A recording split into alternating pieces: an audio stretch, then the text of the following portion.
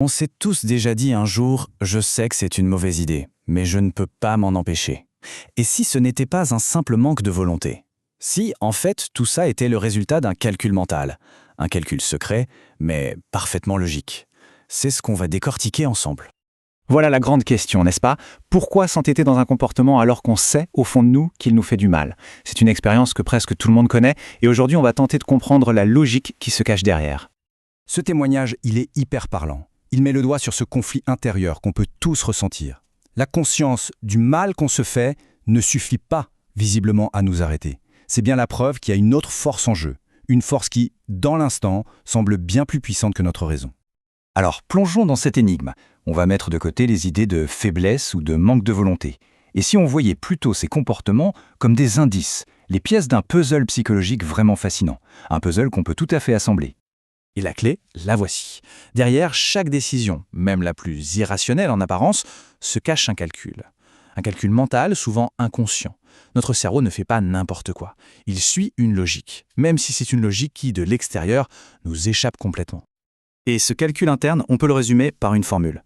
C'est vraiment le cœur de la théorie de l'attractivité cognitive, un outil super puissant pour décoder nos propres motivations. Bon, la voilà, cette fameuse formule. L'attractivité d'un choix pour notre cerveau, c'est le résultat de ce calcul.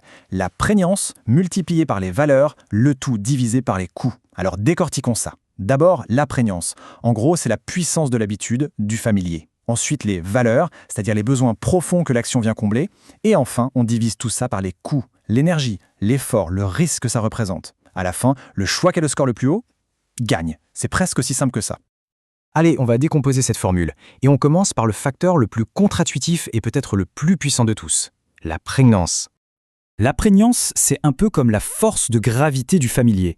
Notre cerveau, par défaut, il préfère les chemins qu'il connaît déjà, même si ces chemins sont pleins de cailloux et qui nous font mal. Pourquoi? Parce qu'une souffrance qu'on connaît peut paraître plus sûre qu'un bonheur qu'on n'a jamais expérimenté. C'est toute la logique de la zone de confort, même quand cette zone est complètement inconfortable. Regardons comment ça marche en pratique. Imaginez une personne qui a vécu des expériences d'abandon. Pour elle, une relation passionnelle mais instable, c'est un terrain très prégnant. C'est connu, c'est familier. Du coup, une relation saine, stable, sécure, ça va lui paraître bizarre, voire fade, presque suspect. Sa prégnance est très faible. Et donc, paradoxalement, le choix qui fait souffrir semble plus naturel. Ok, passons maintenant aux deux autres variables de notre calcul mental. Ce qu'on a l'impression de gagner d'un côté et ce que ça nous coûte de l'autre. Attention, quand on dit valeur ici, on ne parle pas de morale, on parle de besoins psychologiques fondamentaux. Un comportement qui semble destructeur peut en réalité servir un besoin très légitime, par exemple le besoin de sécurité.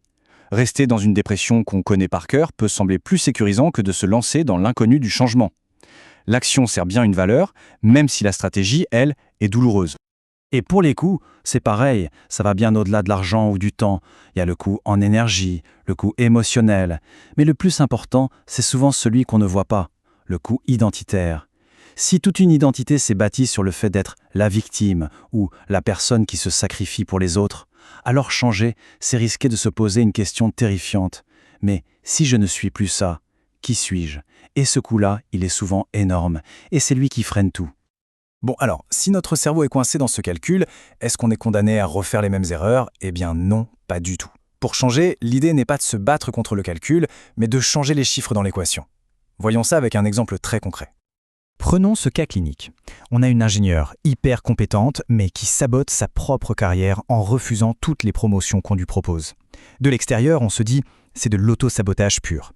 Mais si on regarde son calcul interne, c'est en fait parfaitement logique. Analysons son calcul de départ. Refuser la promotion, ça a une prégnance énorme. Ça colle avec ses croyances familiales, sa loyauté. En plus, les coûts à éviter sont gigantesques. La culpabilité de trahir sa mère, par exemple. Le score pour refuser est donc très très haut. L'idée, ce n'est surtout pas de la forcer, c'est de rééquilibrer l'équation. Comment? En augmentant la prégnance de l'autre choix. Par exemple, en lui faisant rencontrer d'autres femmes leaders qui sont épanouies. En reliant la promotion à une valeur encore plus forte. Ta réussite, c'est un hommage au sacrifice de ta mère. Et en réduisant les coûts, en travaillant sur sa peur. Et là, petit à petit, le calcul s'inverse. Et un jour, accepter la promotion devient le choix le plus attractif. Et le changement se fait naturellement. Et voilà le changement de regard fondamental. On passe d'une vision un peu jugeante de la résistance à une vision analytique du calcul. Ce n'est pas que la personne ne veut pas changer, C'est juste qu'une autre option, un autre choix, a un score mathématiquement plus attractif dans son système interne. Et ça, c'est peut-être la conclusion la plus libératrice de toute cette approche. Le concept de résistance au changement devient presque une illusion. Derrière ce qu'on appelle la résistance, il y a simplement un autre choix qui, pour des raisons de prégnance, de valeur et de coût, a un score plus élevé. C'est tout.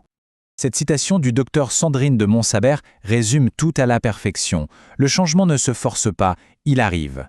Il arrive quand les conditions du calcul interne sont modifiées. Le travail, ce n'est pas de pousser quelqu'un à changer, c'est de comprendre son calcul et de l'aider à élargir le champ des possibles pour qu'un nouveau choix, plus sain, devienne non seulement possible, mais surtout le plus attractif.